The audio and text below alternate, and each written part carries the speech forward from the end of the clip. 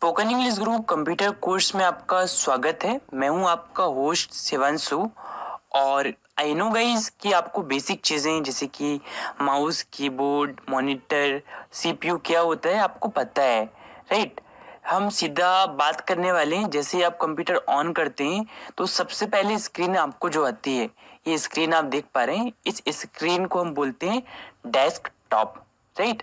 अब यहाँ पे जितनी भी आइकन्स आपको दिख रही हैं, इनमें से जिन आइकन्स में ये वाला जो निशान है वो नहीं है, वो सिस्टम डिफ़ॉल्ट ऐप होती हैं। जैसे कि दिस पीसी में आप देख सकते हैं, रिसाइकल बिन में आप देख सकते हैं। और ये फाइल मैनेजर की कुछ मीडिया फाइल्स है मेरी, तो उसका एक फोल्डर है, उसमें ये आइकन नहीं आ रही है। बाकी सब में आप देख सकते हैं उनमें ये आइकन्स आ रही हैं। सो फ्रेंड्स, ये शॉर्टकट है इन सारी ऐप को एक्सेस करने का, राइट। इसके अलावा जो सबसे नीचे हमें दिखाई दे रहा है, जैसे कि यहाँ पे मैं वीडियो रिकॉर्ड कर रहा हूँ, तो कैमटीसी अगर रिकॉर्डर का टास्क यहाँ पे दिखाई दे रहा है तो इसको हम टास्क बार बोलते हैं। यहाँ पे आप देख पा रहे हैं मेरा माउस का कर्सर, तो इस पर्टिकुलर एरिया को हम टास्क बार बोलते हैं। यहाँ पे कुछ ऐप मैंने पिन कर रखी हैं, जैसे कि क्रोम ब्राउजर, फायरफॉक्स और फाइल मैनेजर की जो ऐप है वो मैंने यहाँ पे पिन कर रखी है, राइट। अब अगर हम थोड़ा सा लेफ्ट आते हैं तो यहाँ पे सर्च बार मिल जाता है। यहाँ पे आप कुछ भी सर्च कर सकते हैं जो आपके कंप्यूटर के अंदर कोई भी ऐप इंस्टॉल्ड हो, या कोई भी आपको फोल्डर सर्च करना हो, कोई भी मीडिया फाइल आपको सर्च करना हो, तो आप यहाँ से सर्च कर सकते हैं। यहाँ पे फ्रेंड्स आपको लेफ्ट हैंड साइड कॉर्नर पे स्टार्ट का बटन मिलता है। ये बटन सबसे इंपॉर्टेंट होता है। यहाँ पे आपको सारी एप्लीकेशंस मिलती हैं और उन्हीं एप्लीकेशंस को आप यहाँ से सर्च भी कर सकते हैं। इसके बारे में मैं आपको और डिटेल में बताता हूँ, बट उससे पहले हम आते हैं राइट साइड पे। यहाँ पे आप देख सकते हैं गाइस, यहाँ पे न्यूज़ वगैरह आ रही है माइक्रोसॉफ्ट की तरफ से। देन यहाँ पे आप देख सकते हैं नोटिफिकेशन सेंटर है, तो इनके छोटे छोटे आइकन है। और यहाँ पे मेरी सिस्टम की बैटरी कितनी है, 50% है, ये बता रहा है। इसकी परफॉर्मेंस को मैं यहाँ से कम ज़्यादा कर सकता हूँ। बैटरी सेटिंग हमको यहाँ पे मिल जाती है। अभी मेरा सिस्टम वाईफाई से कनेक्ट है तो ये वाईफाई दिखा रहा है। अगर आप लैन केबल के थ्रू कनेक्ट करेंगे तो डिफरेंट आइकन यहाँ पे आपको देखने को मिलेगा, राइट। मैं अभी जस्ट अपने फ़ोन की हॉटस्पॉट से कनेक्ट कर रखा हूँ। यहाँ पे आपको कीबोर्ड का ऑप्शन मिल जाता है, आपको कौन सा कीबोर्ड चाहिए।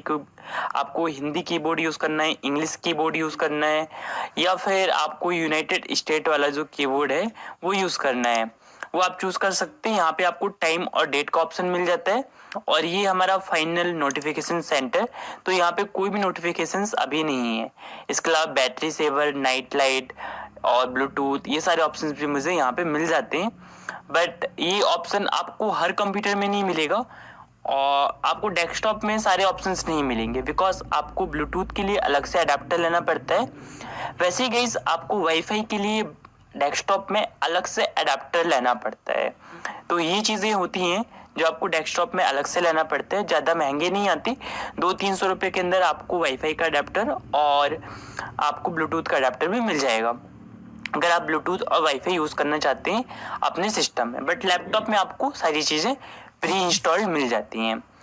और डेस्कटॉप आपको असेंबल कराना होता है पहले, और चाहे तो आप कंपनी का भी ले सकते हैं, बट मैं आपको रिकमेंड करूंगा आप असेंबल कराइए। उसमें आपको अच्छी प्राइस में बहुत अच्छा डेस्कटॉप मिल जाएगा। 7-8 हज़ार रुपये से आपका डेस्कटॉप आराम से बन सकता है असेंबल कराने पे। सो यहाँ पे लास्ट में राइट हैंड साइड कॉर्नर पे आप देख सकते हैं, यहाँ पे ऑप्शन होता है। अगर मैं दिस पीसी ये फोल्डर ओपन करता हूँ और यहाँ पे क्लिक कर देता हूँ तो मेरा डेस्कटॉप जो है वो दिखने लगेगा। तो ये शो डेस्कटॉप का आइकन होता है, अगर इसमें मैं क्लिक करता हूँ तो वापस दिस पीसी आ जाएगा। सो फ्रेंड्स, अब हम आते हैं अपने लेफ्ट हैंड साइड कॉर्नर पे और यहाँ पे स्टार्ट का मेन्यू है, काफ़ी इंपॉर्टेंट है। यहाँ पे आप देख सकते हैं मेरे सिस्टम में जितनी भी एप्लीकेशंस हैं, बेसिक से लेकर एडवांस तक, जैसे कि calculator, calendar, camera, Cortana, Excel, आपको सारी ऐप यहाँ पे दिख रही हैं। प्लस अगर आप डब्लू में आते हैं, ठीक है, अभी हम स्क्रॉल डाउन करते हैं तो डब्लू में यहाँ पे विंडोज एसेसरीज का ऑप्शन मिलता है। ये बहुत ज़्यादा इंपॉर्टेंट है, बिकॉज इसी के अंदर आपकी paint brush, WordPad, Notepad, media, Windows Media Player, ये सारी चीज़ें होती हैं, जो कि बहुत ज़्यादा बेसिक टूल्स होती हैं और सबको एक्सेस करने का शॉर्टकट भी होता है। लेकिन अगर आप नॉर्मली ओपन करना चाहते हैं तो आप यहाँ से ओपन कर सकते हैं। अब मोस्टली या 99% केसेस में आप विंडोज़ का ऑपरेटिंग सिस्टम ही यूज़ करेंगे। लेकिन कौन सा ऑपरेटिंग सिस्टम यूज़ कर रहे हैं, अगर आपको ये जाना है तो आपको दिस पीसी में क्लिक करना है। विंडोज़ 7 में दिस पीसी नाम से नहीं होता, माई कंप्यूटर नेम से ही फोल्डर होता है। तो अभी हम प्रॉपर्टीज पे क्लिक करते हैं तो हमको सारी डिटेल्स मिल जाएंगी। यहाँ पे लिखा हुआ है विंडोज 10 होम सिंगल लैंग्वेज, ये वाला एडिशन मेरे कंप्यूटर पे इंस्टॉल्ड है। तो यहाँ से पता चल जाएगा आपका ऑपरेटिंग सिस्टम कौन सा है।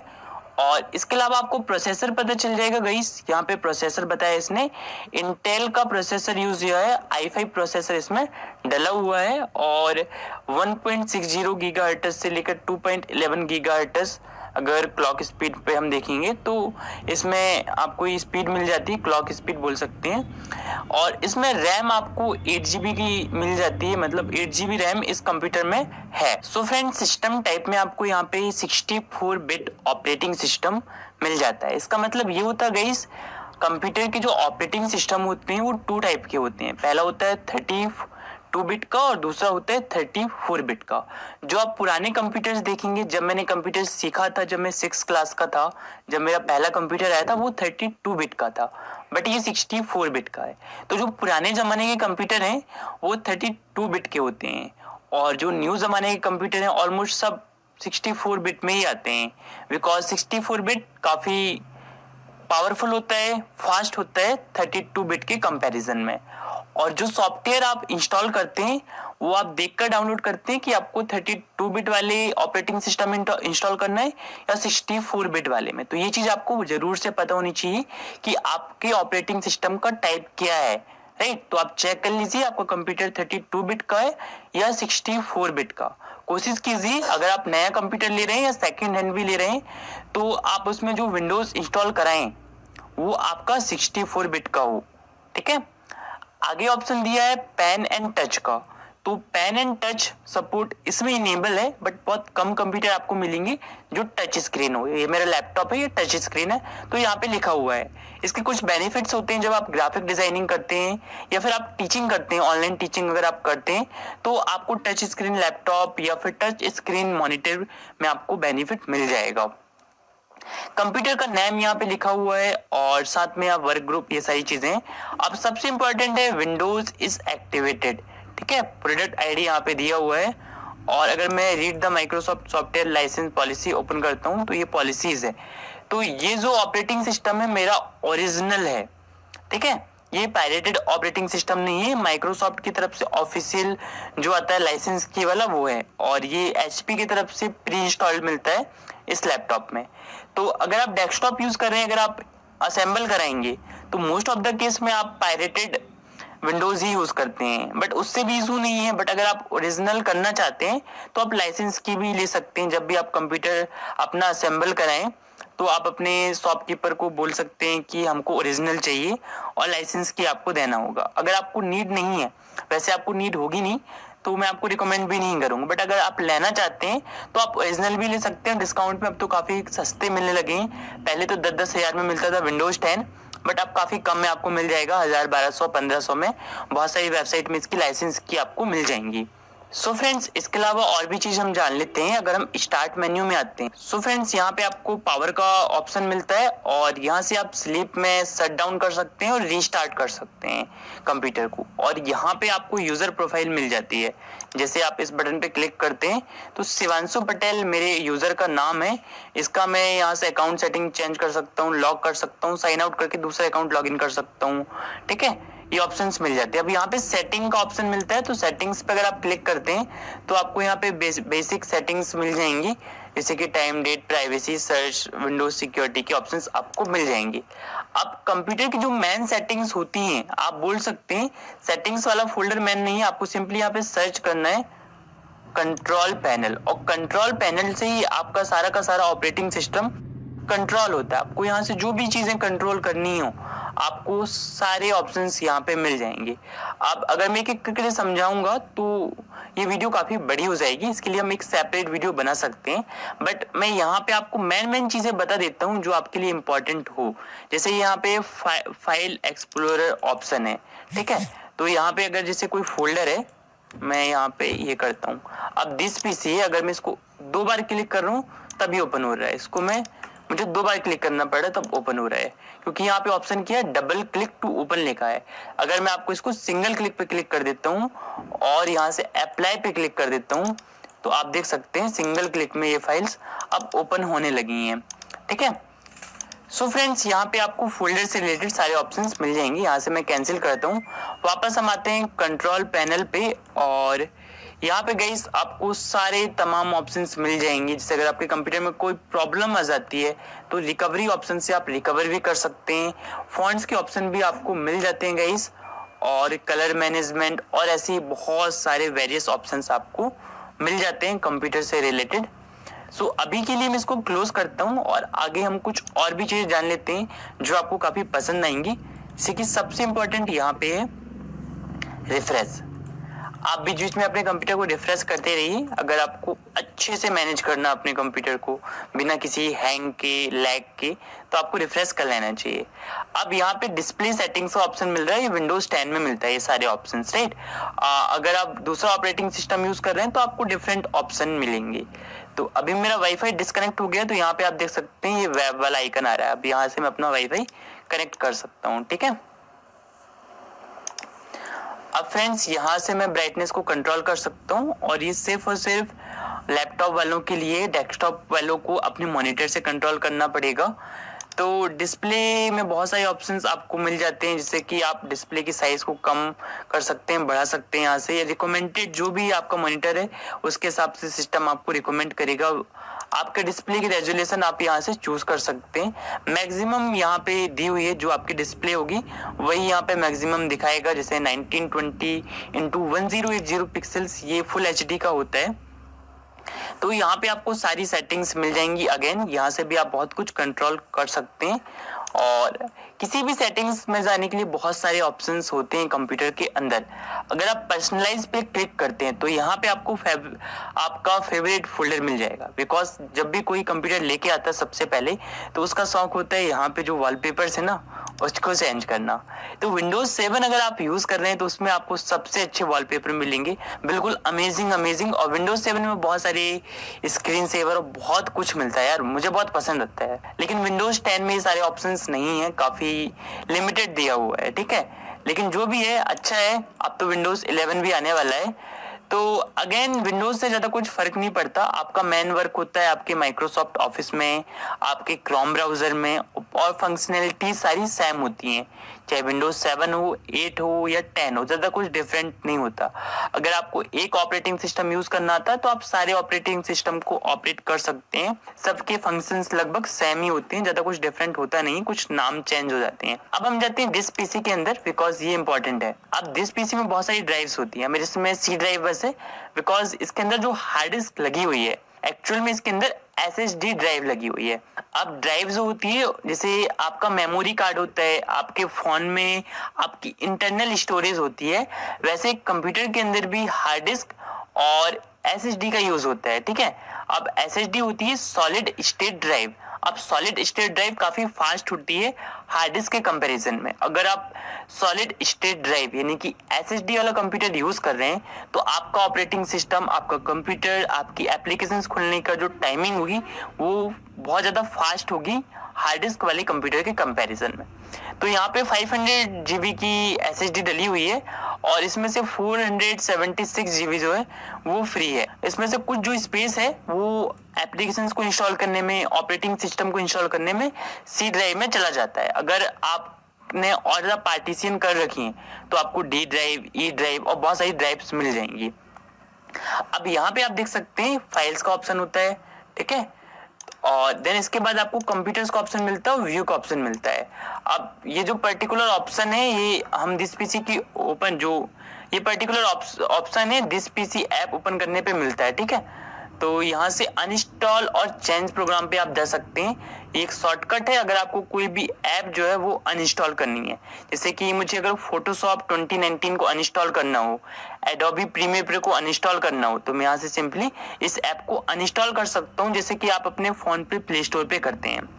फिलहाल इसको मैं क्लोज करता हूँ एंड अगेन हम आते हैं सिस्टम प्रॉपर्टीज के ऑप्शन, यहाँ से भी मिल जाता है। मैनेज में आपको कुछ एडवांस सेटिंग्स मिलती हैं, तो अभी यहाँ से आपको कुछ करने की नीड है नहीं है। अगर आप सर्विस एंड एप्लीकेशंस में जाते हैं एंड सर्विसेज पे जाते हैं तो सारी सर्विस को आप इनेबल डिसेबल कर सकते हैं, बट ये एडवांस ऑप्शन है, ये बेसिक में आपके किसी काम का है नहीं है, ठीक है। तो जस्ट आप इसे इग्नोर कर सकते हैं और अगर हम व्यू पे क्लिक करते हैं तो यहाँ पे काफ़ी इंपॉर्टेंट ऑप्शन मिलते हैं, बट उसके लिए हम कोई फोल्डर ओपन कर लेते हैं।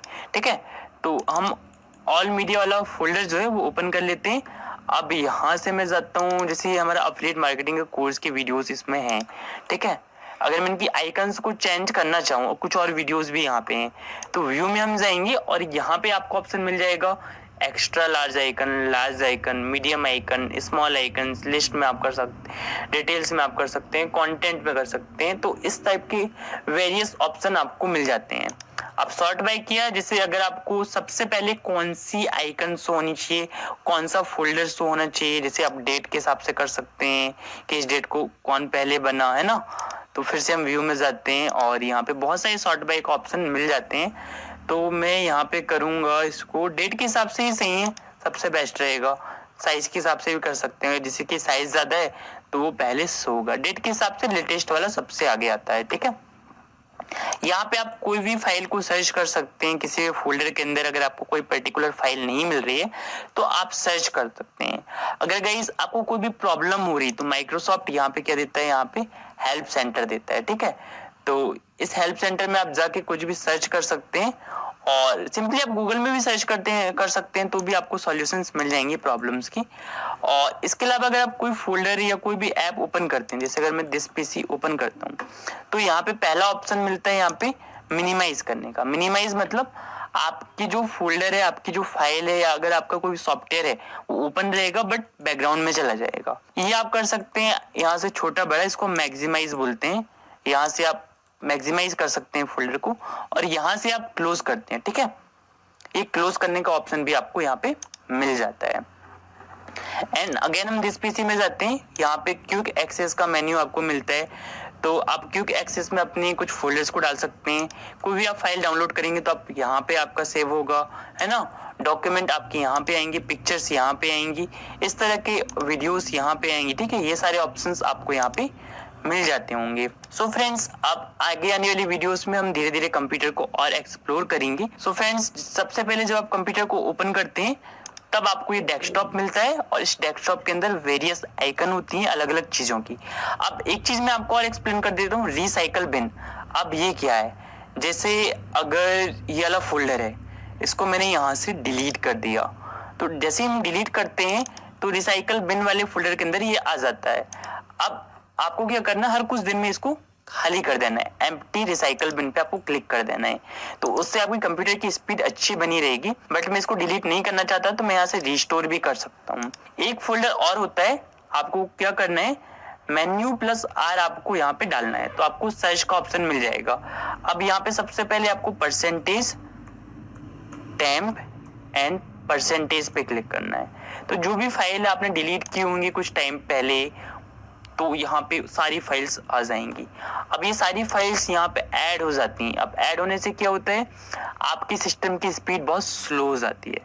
तो आपको सिंपली कंट्रोल ए दबाना है। कंट्रोल ए का मतलब होता है ऑल सिलेक्ट। तो ऑल सिलेक्ट की शॉर्टकट की होती है कंट्रोल ए, और जैसे ही हम इसको प्रेस करते हैं सब कुछ सिलेक्ट हो जाता है।